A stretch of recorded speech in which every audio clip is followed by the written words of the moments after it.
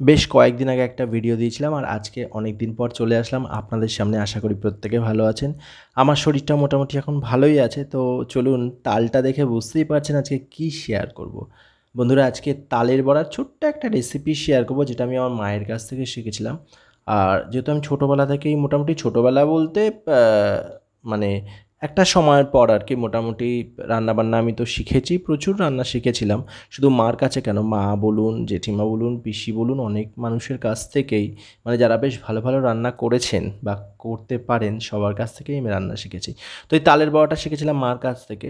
তো মা দারুণ রান্না করতো, এটা তো আমি বেশ কিছু ভিডিওতে বলেইছি। এখন আর পারেন না অসুস্থতার জন্য। তো বাড়িতে একটা তাল, মানে একজন কাকু এসেছিলেন, উনি গুড় দিতে আসেন, কাঁঠালি কলা বিক্রি করেন, কিছু ফলও আনেন মাঝে মধ্যে। তো সেদিন হঠাৎ করে দেখলাম তাল এনেছে। তো বললাম কত দাম? তো দাম দর করে 30 টাকায় তালটা না হলো, দুটো আঁটি রয়েছে তালে। তো তালটা আমি রেখে দিয়েছিলাম। আজকে হচ্ছে সোমবার, তো আজকে ভিডিওটা আমি করছি, এটা মঙ্গলবার দিন আপলোড করব। তো তালটা খুব ভালো করে খোসা, মানে তালের গায়ে যে খোসাটা থাকে সেটা ছাড়িয়ে নিলাম। তারপরে আমার কাছে তাল ঘষার তেমন কিছু নেই, আগে ঝুড়িতে ঘষতাম। এখন যেটা করি, এই যে ছিদ্রযুক্ত থালা পাওয়া যায় কিনতে, সেই থালা আমার ঘরে আছে। ওই থালাতেই তালটা খুব ভালো করে ঘষে নেব। আর তালগুলোকে ছাড়িয়ে একটু জল দিয়ে বেশ কিছুটা সময় একটু মাখিয়ে রাখলে কি হয়, নরম হয়, আর তালের যে শাঁসগুলো থাকে সেগুলো খুব সুন্দর করে বেরিয়ে আসে। তো আমি আমার মতন করে তালের যে অংশটা সেটা বার করে নিচ্ছি, একটা থালার মধ্যে নিয়ে নিচ্ছি। আপনারা চাইলে তাল কিন্তু ঘষার জন্য এক ধরনের জিনিস পাওয়াই যায় বাজারে, বা অনেকে, আমরা যেটা মা করতো ছোটোবেলায়, যে ঝুড়ি কিনতে পাওয়া যেত না, সেই বেতের ঝুড়ি না কিসের ঝুড়ি বেশ বলে আর কি, সেই ঝুড়িতেই কিন্তু তাল আগে এভাবে ঘষে নেওয়া হতো। তো তালগুলো ঘষে নিয়েছি, বেশ পরিমাণে অনেকটাই হলো। আর একটা নারকেল আমি কেটে রেখেছিলাম, মানে খোসা, নারকেলের যে ছোবড়া সেটা ছাড়িয়ে রেখেছিলাম, খুব ভালো করে ধুয়ে রেখেছিলাম। ওটাই আমি ভেঙে জলটা বার করলাম। ছোট্ট নারকেল, কিন্তু নারকেলটা কিন্তু বেশ পুরু, মানে বেশ মোটা, আর বেশ ভালো দেখলাম, মিষ্টি নারকেল। তো যাই হোক, নারকেলটা খুব ভালো করে কুড়ে নেব। তো নারকেলটা আমি কুড়িনি, আমার এক কাকিমা আছেন, কাকিমাকে দিয়েই কুড়ালাম, যেহেতু আমার হাতে ব্যথা, অনেক কষ্টে তালটা তো ঘষে বার করে নিয়েছি।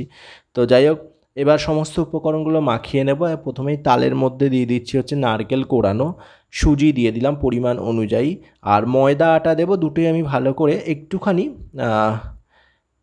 এর মধ্যে করে একটু ছেঁকে দেবো। কারণটা হচ্ছে, দোকানের জিনিস বুঝতেই পারছেন, ময়লা টয়লা যদি কিছু থাকে, বা অনেক সময় আটা বা ময়দা ডেলা হয়ে যায়, সেগুলোও ফেলে দেওয়ার জন্য একটুখানি চালনিতে আমি চেলে নিচ্ছি খুব ভালো করে। আচ্ছা, এবার এখানে রেশিওটা, বিষয়টা হচ্ছে, এইখানে যতটা তাল আছে, আমি মোটামুটি ধরুন 100 গ্রাম সুজি দিয়েছি, সেই মাপেই আমি ময়দা আটাটা ব্যবহার করেছি। আপনারা চাইলে চালের গুঁড়ো ব্যবহার করতে পারেন, তাতেও কিন্তু বেশ ভালো লাগবে। 3টে পাকা কাঁঠালি কলা নিয়ে এসেছিলাম, মানে কলা এনেছিলাম পুজোর জন্য। তো পুজোতে কলা দিয়েছি যতটুকু দরকার ছিল, আর যেহেতু বড়া করব তার জন্য কলাটা একটু বেশি করে নেওয়া হয়েছিল।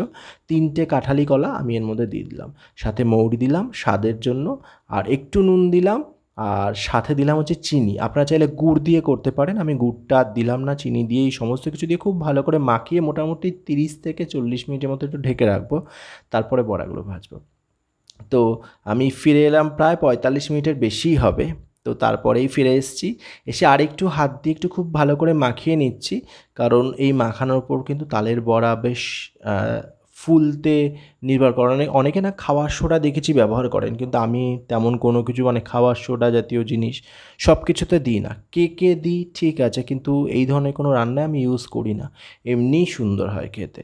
তো আমি যা শিখেছিলাম সেইগুলোই ছোট্ট ছোট্ট ভিডিওর মাধ্যমে আপনাদের সঙ্গে শেয়ার করার চেষ্টা করি। যদি ভালো লাগে অবশ্যই কিন্তু আপনাদের মতামতটা প্রকাশ করবেন।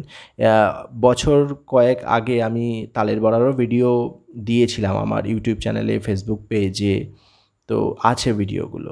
আর যাই হোক, আর এখানে 500 যে তেলের প্যাকেট কিনতে পাওয়া যায়, সেই পুরো তেলটা দিলাম, একটু ডুবো তেলে ভাজবো, তাতে বড়াগুলো ভাজতেও সুবিধা হবে। আর যেহেতু পরিমাণে অনেকটা রয়েছে, তো তেলটা লাগবে, সবটা লাগবে না, বাকি যে তেলটা থাকবে আমি রেখে দেবো।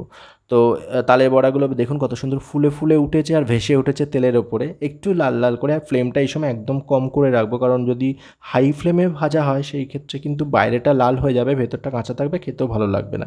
তো ফ্লেম একদম লো করে ভাজলে কি হবে, সময় লাগবে, অনেকটা সময় লাগে। তো সময় লাগলে কী হবে, জিনিসটা খুব ভালো ভাজা হবে আর খেতে বেশ ভালো লাগবে। তো প্রথমের তো হয়ে গেল, প্রথম পর্বের ভাজাগুলো বেশ অনেকটা পরিমাণে একসাথে ভাজা হলো, নামিয়ে নিলাম থালার মধ্যে। দেখুন কত সুন্দর লাল লাল হয়েছে, বেশ সুন্দর লাগছে দেখতে। আর এইভাবে বাকি যে তালের বড়াগুলো হচ্ছে সেগুলো ভেজে নেব। সত্যি বলতে তালের বড়া, মালপোয়া, নাড়ু, ঠেকুয়া, এই জিনিসগুলো আমার নিজের ভীষণ প্রিয়। তো আমি খুব ভালোভাবে এগুলো তৈরি করার চেষ্টা করি। তো যাই হোক, তালের বড়াগুলো রেডি হয়ে গেছে। এবার যাই হোক, পিঠে পুলি, তালের বড়া এগুলো ঠান্ডা খেতেই মানে বাসি খেতেই ভালো লাগে। আমি আপাতত রেখে দিলাম, এটা বাসি খাবো। আর ততক্ষণ আপনার ভিডিওটা দেখে জানান কেমন লাগলো। আজকে এটুকুই, দেখা হচ্ছে নতুন পর্বে। টাটা।